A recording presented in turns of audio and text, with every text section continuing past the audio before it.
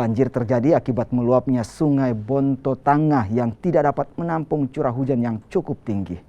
Sehingga puluhan rumah warga di Kelurahan Bonto Tangah, Kecamatan Tamalatea, Kabupaten Jeneponto, Sulawesi Selatan terendam banjir.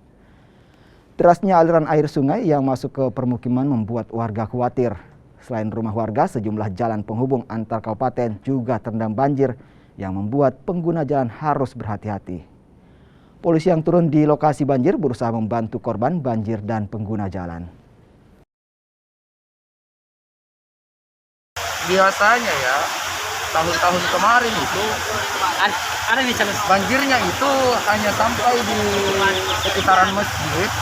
Itu pun ketinggiannya sekitar 20 cm, sehingga tidaklah menghambat arus lalu lintas. Namun tahun ini di 2021 ini ketinggian air semakin bertambah dan semakin meninggi. Lama-lama ini menjadi sekitar hampir selutut orang dewasa, sehingga inilah yang menjadi penyebab utama banyaknya kendaraan yang berhati-hati untuk melintas, karena jangan sampai membuat kemacetan dan di tengah jalan tidak mau bunyi dia punya kendaraan. Adapun solusi terbaik barangkali kita perlu pikirkan bahwa ada tanggul di sebelah sana yang menjadi penghalang arus air ke sana, sehingga di ujung hulu sungai itu berpencar masuk ke sawah-sawah.